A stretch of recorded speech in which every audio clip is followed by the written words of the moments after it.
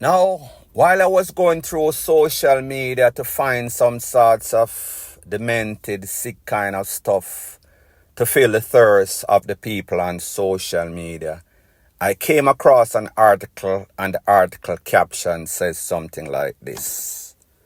Nigerian man removes his wife's 4 teeth, or 4 of her teeth. I am assuming she has more than 4 teeth, or she had more than 4 teeth at the time.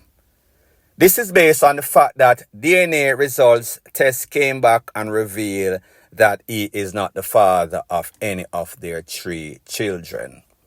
Now, people, being a graduate of Jamaica College and the street of knowledge, I said to myself, why 4 teeth and not 3, since it was 3 children? So I guess 1 1/3 teeth for each child. That is what my maths came up with.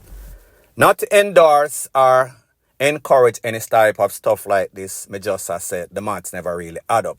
Could not analyze or assess why 4 and not 3. Not to say that he should have done it any at all.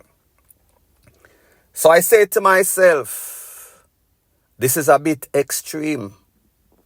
How is it that this man decided that he was going to get justice by removing 4 of this lady's teeth? And I said to myself, even more importantly, Jamaica being the epicenter, the bun capital, the jacket capital of the world, I really hope that this disturbing trend does not come to Jamaica, come to some sorts of theater near you. However, knowing my people and the copycat syndrome, them like follow and follow back, I said that bet any sorts of money, this is going to happen very soon in a Jamaica. Whether him going to take out 4 teeth or him going to take off something off of this lady body parts, people, I don't want to even think how imaginative and demonic these people in a Jamaica are. So I say this to say that, can you imagine what would happen in Jamaica if this trend actually catches on? You ever see somebody when them a laugh and them not have no sorts of front teeth? Them always put them hand fold up in front of their mouth, I guess, to avoid any sorts of shame or for you seeing that extendo gap between their teeth or lack thereof. People, I hope this stays in Africa, in Nigeria, where it started. However, knowing Jamaica people, we can expect some sorts of FUCKRY to happen. Moral of the story is this: women, if you want to maintain or keep your pearly whites and you don't want them to be extracted by force because of giving some sorts of bun and jacket, I would just advise you, implore you to pretty much be fair. Do not give any sorts of jackets or give any sorts of bun. Because the truth and the fact is that bun hurts, however, jacket hurt even harder. So me just say, should in case you don't want to get back bun or even get bun by some sorts of tool or some sorts of kitchen utensil, you sleep a mark DEATH before you get some sorts of forcible extraction or even put a DEATH. Point blank and period. Further on in the news, it is said that the definition of insanity is doing the same thing over and over and expecting different results. A wise man learns from his mistake. A wiser man learns from the mistakes of others. However, it seems as if the JCF is fully done. It seems as if them not learn them lesson. None at all. There was an infamous incident in which they are called Pastor Kevin Smith. He was being transported from Montego Bay to Kingston to court. And pretty much him fling the handcuff over the neck of the driver, the popo in that vehicle, caused some sorts of losing control. Him and the next officer lose them life. 2 other officers got badly injured. You would have thought that they would have changed the protocol as it pertains to the mode of transportation for the prisoners. Well, people, based on a video that I have, if this is the same incident that occurred in St. Anne Bay, to be specific, then it seems as if they did not learn. I want you to take a listen, take a look at the actual video of that actual Popo cruiser or Popo vehicle running in some sorts of wall. However, you know that a wall is a very immovable or unimmovable object. The Popo vehicle, not so much. After the episode, the Popo them get injured and also the two prisoners. They were rushed to the St. Ansby Hospital. Take a listen, take a look, and then I'll give my piece. So I skate, so I slide going there, so the time off of ground. Look out the wall, fly up. Tell the boy, tell him. So people, like I said, I heard about this incident, made a couple of calls. It is said that two prisoners were injured in the vehicle. Based on the information, it is said that at about 8:30, the vehicle was en route from Hanover, which is close to in a Negril sorts of area, headed towards Kingston. Don't know if they were going to court or whatever, when the driver lost control because of the slippery surface of the road.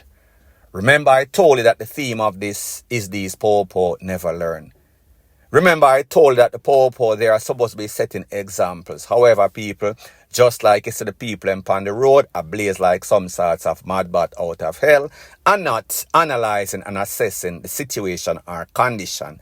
This is exactly what happened when there is so much force on the wheels and then the surface is wet. It is always going to be a recipe for disaster.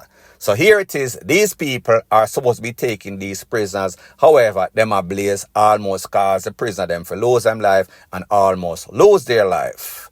And when you look at the vehicle, how is this even safe? But people like them say, Jamaica seems as if it is ill-prepared for nothing, none at all. The eventualities in which these prisoners decide that they want to get serious and cause some sorts of accident and even take with these Popo and take with themselves. People, me don't know where I go on with a country with so much resources, so much natural resources that is Jamaica should have never broke. With the amount of money that is stolen in a corruption, meaning billions. These are the priorities that the government of Jamaica and the relevant authority should be focusing on to avoid the eventualities such as these tragedy that could have been even more tragic. Point blank and period. Further on in the news. So if you was not aware, the government of Jamaica, the JLP, they are building some sorts of urban center in Morant Bay at the cost of 6 billion Jamaican dollars on a property that is said to be 20 acres big in a Morant Bay urban center. So it seems as if your Prime Minister Andrew Holness, he was out there and he was being very braggadocious about the developments that are happening under his watch, meaning the JLP. Take a listen, take a look to a video that he posted, and then I'll give my piece. Yeah. St. Thomas is coming into its own from the new road infrastructure to the Morant Bay Urban Centre. St. Thomas is experiencing a renaissance. Follow me to see the progress being made on the Morant Bay Urban Centre. Now, people, as a Jamaican, patriotic Jamaican that wants better for Jamaica, we should always applaud whenever we see any sorts of developments, whenever we see the money is being invested, so that people can get job, so that it can add to the GDP. The progress in Jamaica, make Jamaica a better place. However, the facts are these. When it comes to the government of Jamaica, they are very bad with managing the country's purse. They are very bad with the investment that they make. So therefore, bad managerial skills means bad management. So therefore, when we hear all of this that they are doing and the amount of money that they are spending, $6 billion in excess, it is good if this $6 billion is being invested and then you are going to reap, you're going to make a profit from it. However, a lot of things that we see being built in Jamaica, who are the persons that benefit the most? The contractor, the construction company, and the politicians that get these kickbacks. So therefore, I would not get excited. I would not be too elated. Yes, we want progress. However, progress at what cost? Even most importantly, do you know that there's a lot of property in a St. Thomas right now in which Andrew Holness, his wife, and many politicians and many rich people, they are the ones that are capturing people's lands. They are the ones that are building these big-time development for tourism. However, they are the owners. They are the beneficiary. So people may just say, there is an ulterior motive with all of this development that you see happening in Morant Bay in a St. Thomas. Not to say that the people are not going to profit. However, the persons that are going to be the beneficiaries are these construction development companies and also these politicians and them friends. Some just say, you sleep and mark DEATH. Don't get too excited like them say. Man a plan, gotta wipe out. Point blank and period. Further on in the news, unless you was born rich in a Jamaica, up at Cherry Gardens, Narbrook or Aylsham, Stone Hill back in the days, then you would know that when you was going to school, going to work, going to the mall or going anywhere as a youth, whenever you take the taxi, whenever you take the minibus, you could always call out to the driver, one-stop driver, give me a let off at any point on the road. However, from the days of the Jolly Bus up to the JUTC, that policy does not apply to the JUTC or the Jolly Bus, Jamaica Omnibus service from back in the day. Well, it seems as if this new generation fully done people did not hear or read the notice board. Them never get the memo. Based on information, it is said that a driver that drives for the JUTC, he was en route from Portmore headed to downtown. During this transit, he heard a man yell out, one-stop driver or something to that effect. So I fully ignore because I said this man must fully done. He must never read the notice board or even get the memo. So based on the Popo report, it is said that when the driver did not acknowledge the passenger's request for a one-stop driver, he then ATTACKED the driver along the Marcus Garvey Boulevard.